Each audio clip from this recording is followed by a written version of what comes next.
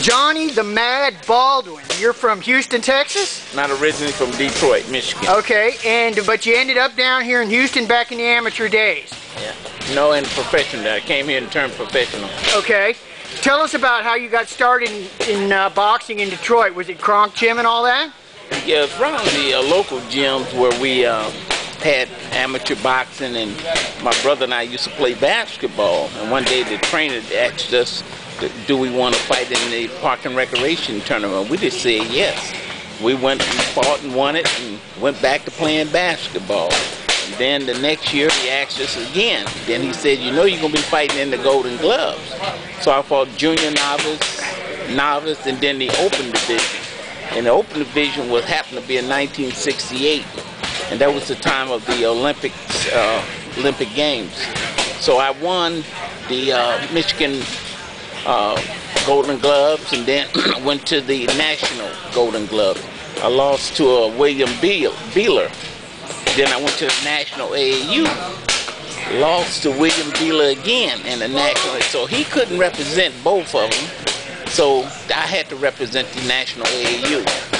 So then the Olympic trials came up, and I had to fight William Beeler again, my first fight, which I whooped him like a runaway child. And then from then on, I went to the Olympics in 1968. George Foreman and all of us was on the team. I won a bronze medal at that time. So, and then after that, right there in 1969, at the end of '69, turned professional.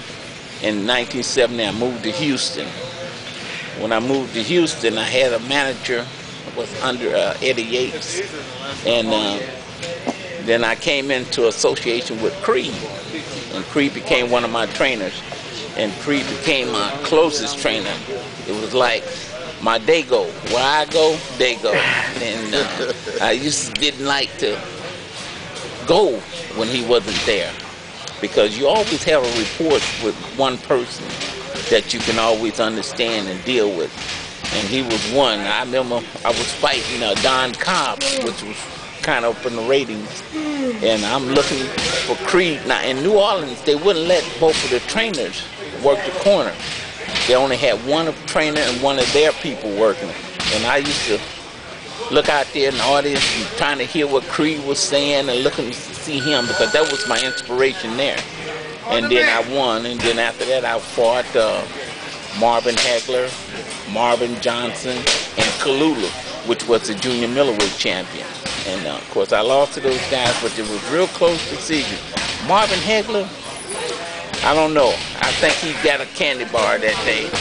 So even the paper stated it that next night in Baltimore. And what do you mean by that?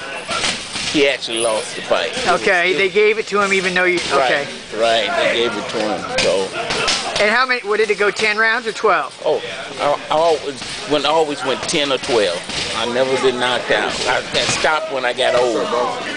So. But I mean, the fight with Hagler, was it a title bout or no? It was just a 10-round bout? 10-round bout, yeah. Let's go back to this third fight in the amateurs against this Beeler guy. What was it that was different in that third fight that turned it around for you? Well, that third fight, I kind of got him to the point to where he can understand. He was a cocky guy. He's from Louisville, Kentucky. He always tried to mark Muhammad Ali, and he would do things to upset his opponent. And finally, when we came to the Olympic trials, I told his manager, when I was getting on the elevator and he was getting off, and he bumped my shoulder. And I told his manager that we wasn't but 30 minutes from Detroit. And if he didn't put a leash on him, I'll make a phone call, and I had some people come down there and do something to him. And then, so from there on, I just got to the point to where I was real angry with him. I just whooped him. And then when you turned pro down here in Houston, and tell us about, let's say, your first couple of fights and what you remember about them and what that was like back then. First round knockout.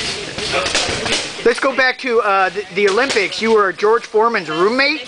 Is that right? Well, what was that like? I mean, I understand he was kind of a mean guy back before he, turned preacher. No, George wasn't mean, but he was just a strong fighter. I remember we had to spar with him for speed, and we used to always tell him that he better not hit us hard, because if he did, at night we was gonna get it. Yeah.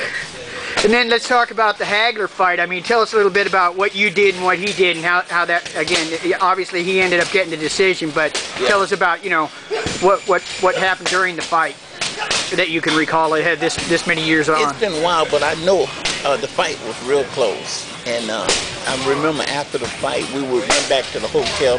My manager, Henry Grooms at the time, just sat in the room with the window open. It was snowing in there. And he just was outdone because of the decision that was made. You know? And so you eventually retired at what age? Oh, I waited a while because I had got on the police department, and then I started, I would take a fight every now and then, and I won. I even fought in the Don King tournament when he used to come on TV. So after that, I felt like it was too much for me to try to work as a police officer and then box too. Okay, so that was your second career. You were a police officer. Yeah. And you did that for the whole 20 years or what have you? About 18, 19 years. Was that here in Houston? Yeah. Okay. And so you've been retired for a while. Let's talk about what you can say about boxing as it is today as opposed to what it was back then, how it's changed. You know, some of the things that come to your mind right off the top of your head. A lot of things that come to my mind right now is that I wish I was in today's boxing than I was back then, because more or less they controlled it because they controlled who you had to fight and who you would fight. Right today, the best one fights. So if you got a good guy and you think he's good, then he's gonna fight the next good guy. They just didn't hold you back. So a little bit more opportunity and openness now as opposed to what it was back then. Absolutely, because you know, if someone knew that I was going, they wanted to fight me and they knew my record, they would say no. But not today. If my record is good and theirs is good, you're going to fight them regardless. So that's one thing I like about today's boxing. All right, anything else you'd like to add? Well, I would, back in the day, in those days, he was one of the best southpaws out there at that time. And really, it was hard to get southpaw fight. Yeah. And I would try to get him to turn right-handed, and he'd tell me, no, I'm not going to turn right-handed. I'm going to stay southpaw. I'm going to southpaw, I'm going to stay southpaw. Right. Well, just when the fight started, you start off right-handed, and you switch after you get the fight. But he wouldn't do it. He was a southpaw, he's going to stay a southpaw. Fantastic. Well, thanks for taking the time to talk with us, and best of luck to you as you move on to this next phase of your life. Okay, thank you.